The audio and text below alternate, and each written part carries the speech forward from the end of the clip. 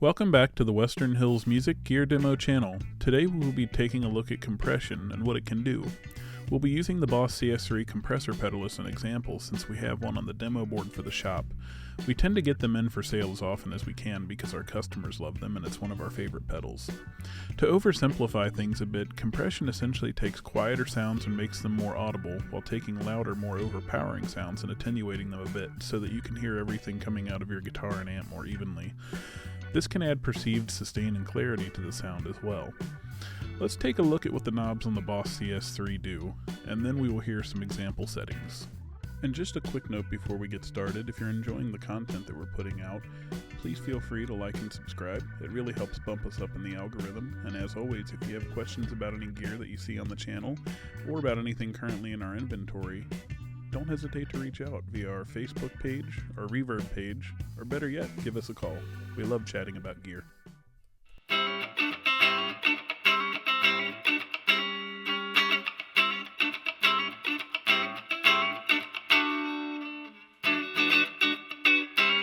Now that we've heard the uncompressed sound, let's see what happens when we turn on the Boss CS3.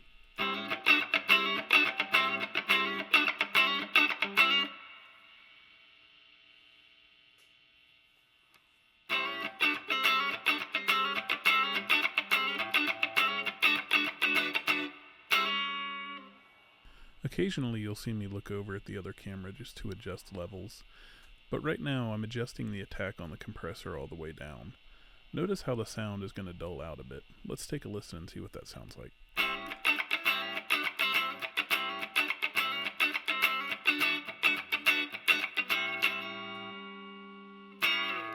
Okay, now I'm going to turn the attack all the way up, allowing those transients to come through. Notice how the sound is going to sharpen up a little bit. Let's take a listen.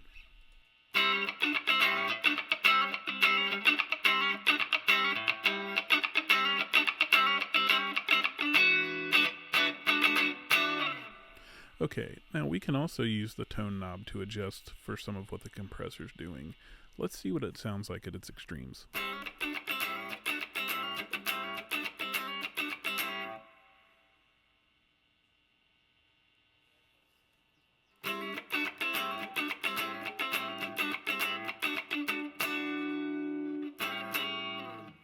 Okay, I'm going to adjust the levels a little bit here, but I'm also going to adjust the tone knob all the way to the other extreme, and notice how bright this sound gets.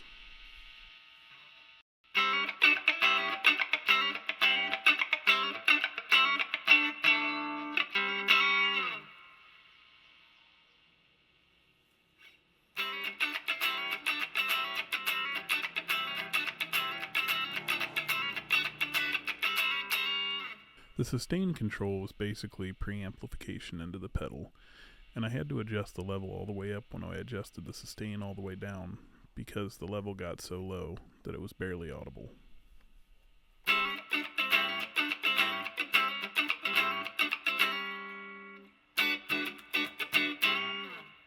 Likewise, when I adjusted the sustain all the way up, I had to adjust the level down, otherwise the pedal would basically start howling. But what I want you to notice is how long things start to ring out now once the preamplification into the pedal or the sustain control is maxed out.